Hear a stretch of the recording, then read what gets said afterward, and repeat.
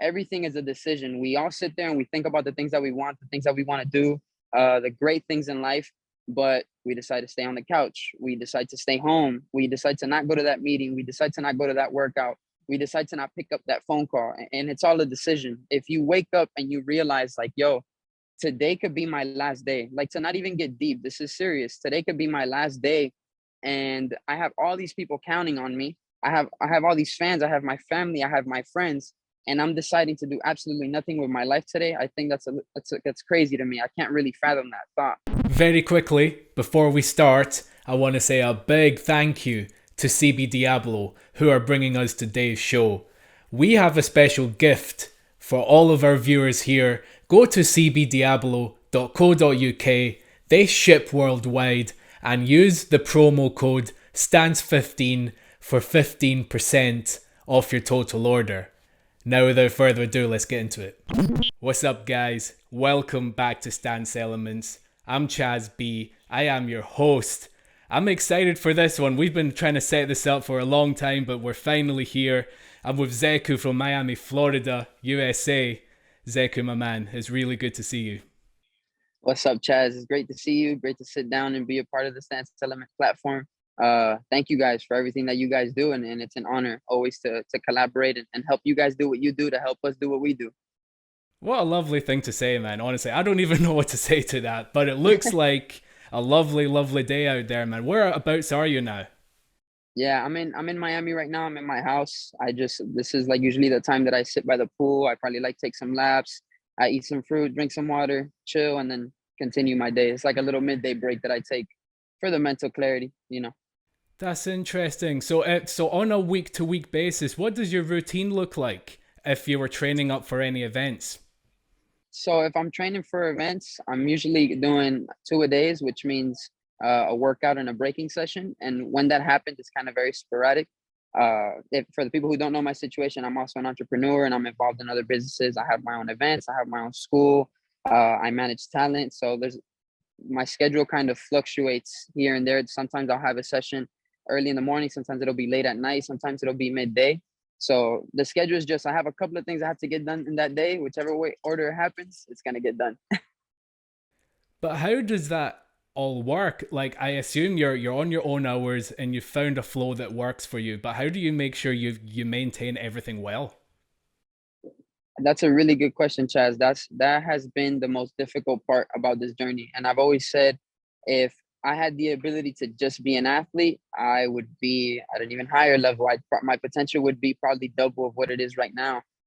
So the balance is difficult. But as an early kid, when I was maybe 15, 16, I realized that it would have been a lot harder for me to go and get a job or get involved in something that had nothing to do with breaking, and then try and break at the same time at a high level. And it almost seemed impossible. And I would see it, the generations before me, that they would struggle with that because your mind has to stay connected to what you're doing, at least in an environment, in a conversation, in context, it has to be related. So all my businesses are related to either fitness or breaking or entertainment, which is my world at the end of the day. And it's only helped me. I've been able to learn the back end of business when it comes to entertainment. I've learned marketing. I've learned branding. I've had some really great connections that have only skyrocketed my career, thankfully, for me to being able to get involved in those certain things. So it's a hard balance, but I'm thankful. I had to pick one. But then where did that self-awareness all come from for you to know that at such a young age, you were already set on what you wanted? So, I come from a single mom and an older brother. Like that was my core family for a really big part of my life. I didn't meet my dad till I was about 15. So it was kind of an obligation for me to become a man really early on. And I'm not a man, I'm still learning, I'm a young man.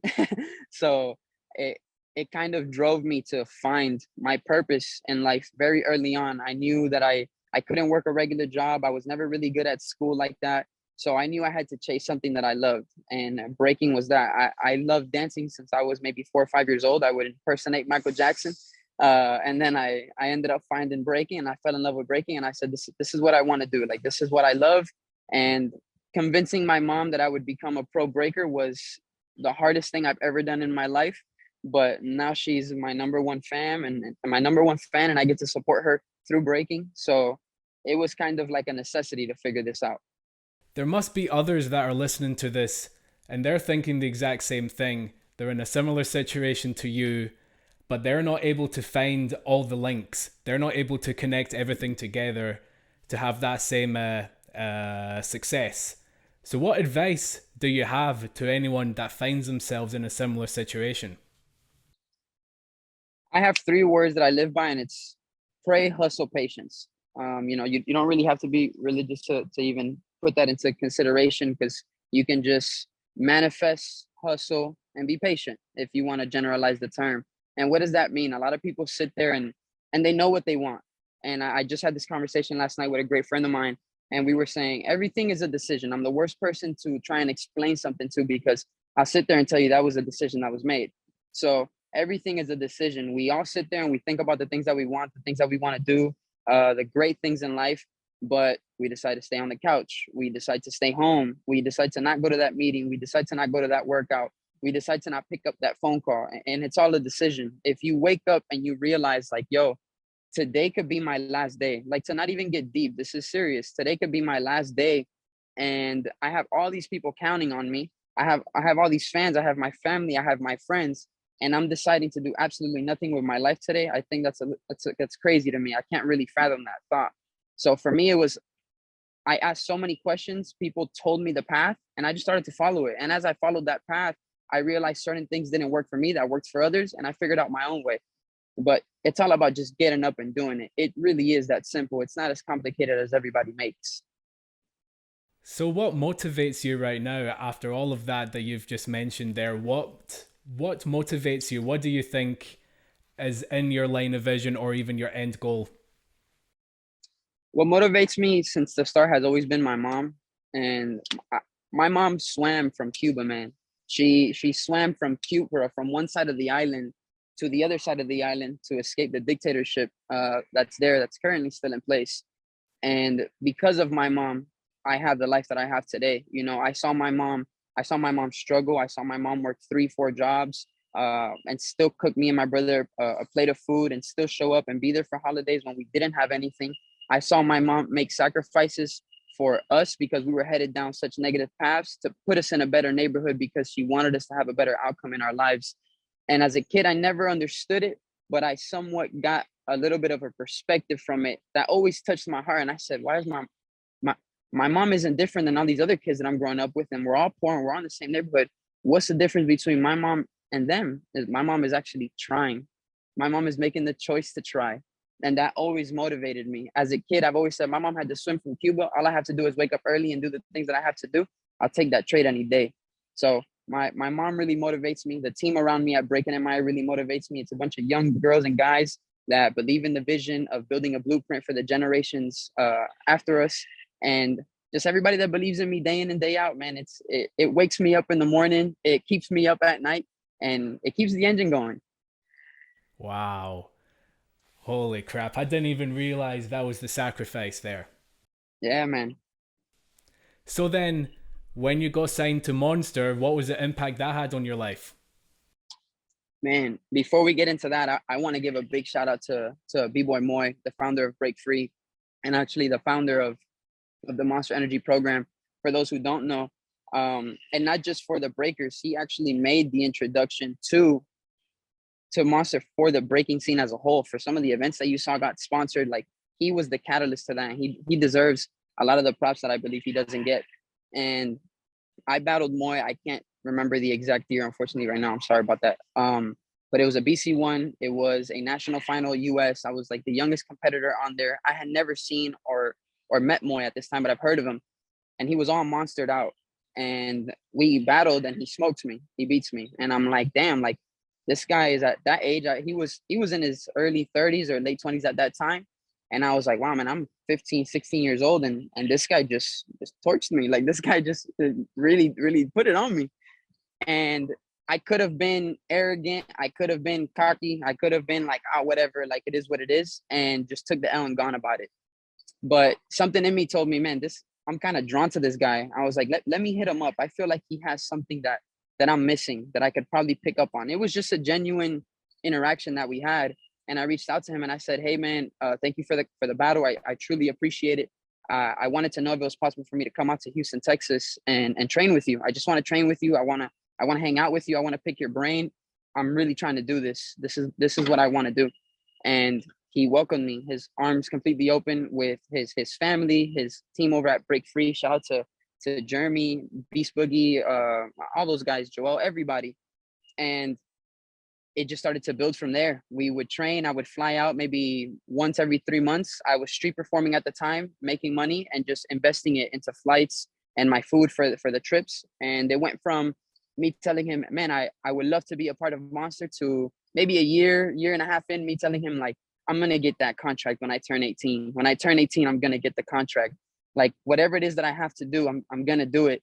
And it was more so because, there was the other brand involved, and they've always been involved, and they've been a great staple for the community, and they still are. But there was something about the genuine approach that Moy had that made me feel like I wasn't signing to a brand. I was signing to do business with one of my homeboys who I trusted and I have faith in, and I believed in what he was building. They weren't building it, he was.